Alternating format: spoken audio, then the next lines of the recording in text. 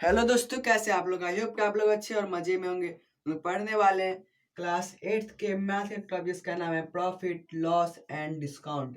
यानी कि हम लोग प्रॉफिट के बारे में, लॉस के बारे में, डिस्काउंट के बारे में या फिर इस चैप्टर से जितना भी रिलेटेड चीज रहेगा उन सब के बारे में हम लोग इस चैप्टर में पढ़ेंगे। जिसमें कि क्या है, प्रॉफिट लॉस और डिस्काउंट हम लोग कैसे पता करते हैं। तो हमारे पास क्या है, जो मेनली हमारे पास कुछ बेसिक चीज होता है वो क्या होता है, सीपी, एसपी, प्रॉफिट, जो कि इस चैप्टर में होगा हमारा लॉस, डिस्काउंट,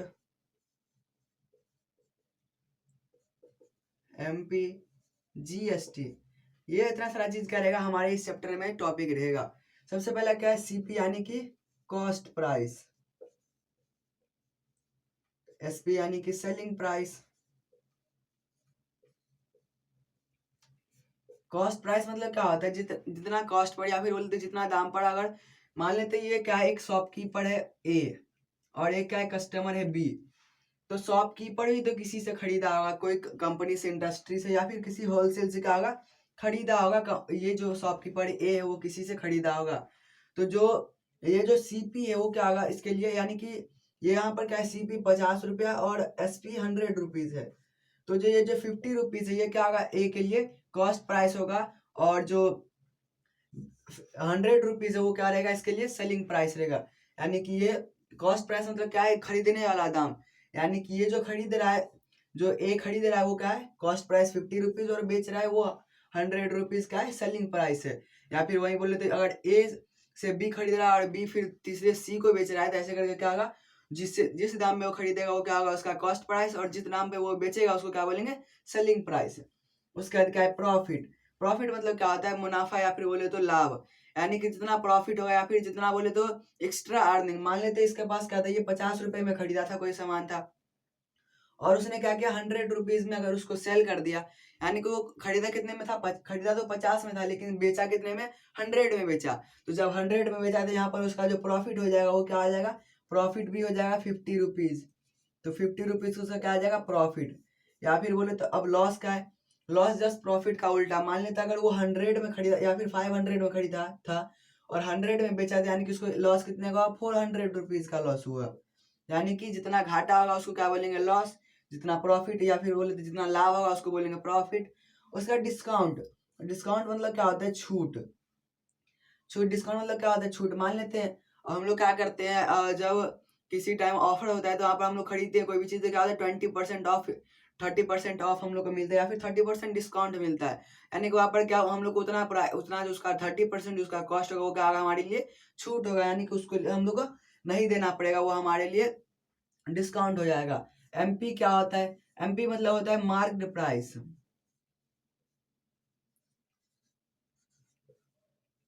मार्क प्राइस मतलब क्या होता है, इसका मतलब होता है जितना कि हम लोग खरीदते हैं तो उसके क्या होता है, कपड़ा पर या फिर किसी भी सामान पर उसका क्या होता है, टैग लगा होता है। उसका जो टैग लगा होता है वही क्या होता है, उस पर जो कॉस्ट रहेगा उसको क्या बोलेंगे, मार्क प्राइस।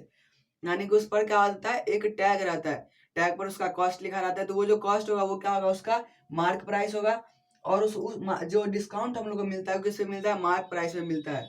और उसके बाद जीएसटी क्या होता है, जीएसटी होता है गुड्स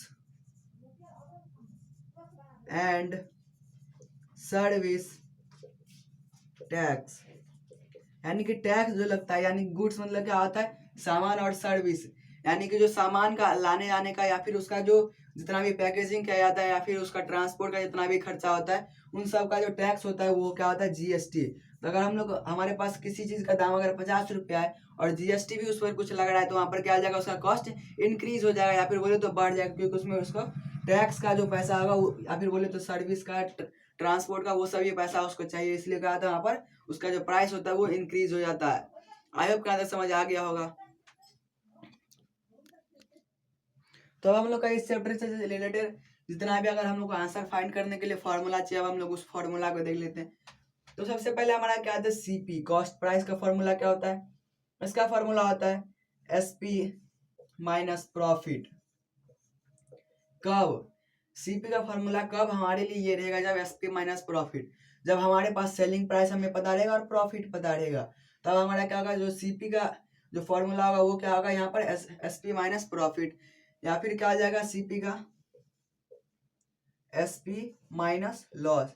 जब हमारे पास लॉस रहेगा तो माइनस करेंगे, और जब हमारे पास क्या रहेगा प्रॉफिट रहेगा तो उसमें हम लोग SP से माइनस कर देंगे तो हमारा क्या आ जाएगा, CP आ जाएगा। उसके बाद SP का बात कर लेते हैं, यानी सेलिंग प्राइस की बात कर लेते हैं। सेलिंग प्राइस के लिए हम लोग क्या चाहिए, CP प्लस प्रॉफिट। जब प्रॉफिट हुआ रहेगा तो CP प्लस प्रॉफिट, और जब लॉस हुआ रहेगा तो CP minus loss, CP minus loss. तब क्या होगा हमारे यहाँ पर SP का फिर फॉर्मूला हमारा यूज होगा। उसके बाद डिस्काउंट का क्या होता है, अभी हम लोग का जो CP का और भी बहुत सारे फॉर्मूला है। अगर हमारे पास जब सेलिंग प्राइस और प्रॉफिट रहेगा, या फिर SP के लिए हमारे पास सेलिंग कॉस्ट प्राइस और या फिर प्रॉफिट लॉस रहेगा, तो हम लोग उसको इस फॉर्मूला से फाइंड कर सकते हैं। लेकिन अगर हमारे पास कुछ अलग फॉर्मूला रहेगा या फिर अलग वैल्यू रहेगा तो हम लोग उसको कैसे फाइंड करेंगे। तो हम लोग यहाँ पर CP का फॉर्मूला क्या, सॉरी SP का फॉर्मूला क्या आ जाएगा, CP into 100 plus profit percent by 100।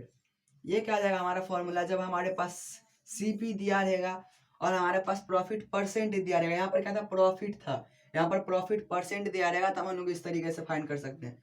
या फिर CP के लिए क्या हो जाएगा, SP into 100 by 100 plus profit percent. तो ये हमारा क्या होगा प्रॉफिट के लिए।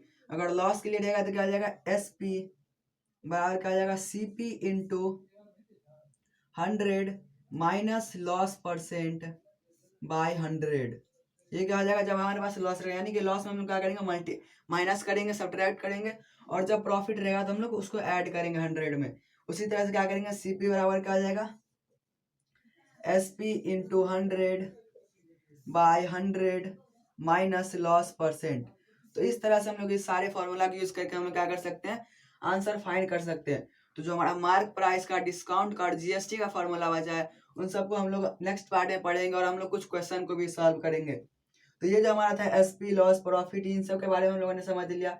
अगर हमारे पास प्रॉफिट दिया रहेगा तो हम लोग कैसे फाइंड करेंगे, तो प्रॉफिट फाइंड करने के लिए हम लोग कैसे करेंगे, मान लेते हमारे पास प्रॉफिट परसेंट है, तो हम लोग प्रॉफिट कैसे फाइंड करेंगे। तो हम लोग इसका लिए अलग फॉर्मूला, जो कि फॉर्मूला क्या है, profit percent into CP by 100। ये किसका है, ये है प्रॉफिट का फॉर्मूला है। किसका है, प्रॉफिट का फॉर्मूला है, profit percent into CP by 100। यानी कि प्रॉफिट परसेंट को CP से मल्टीप्लाई कर देंगे और 100 से डिवाइड कर देंगे, तो हमारे यहाँ पर क्या आ जाएगा, प्रॉफिट आ जाएगा। और जब हम लोग को लॉस फाइंड करना रहेगा, लॉस मतलब यहाँ पर क्या है, जो मनी रहेगा लॉस में, उसके यहाँ पर परसेंटेज का बात नहीं रहती, यहाँ पर हम लोग का loss percent into CP by 100। तो इस तरह से हम लोग क्या कर सकते हैं, ये हमारा सारा फॉर्मूला है, जिससे कि हम लोग क्या कर सकते हैं, कोई भी क्वेश्चन को सॉल्व कर सकते हैं। हम लोग मार्क प्राइस के बारे में, GST के बारे में और डिस्काउंट के बारे में नेक्स्ट पार्ट में पढ़ेंगे, और क्वेश्चन भी सॉल्व करेंगे। तो आई होप समझ आ गया होगा। तो मिलते हैं नेक्स्ट वन, तक के लिए bye, take care, thanks for watching.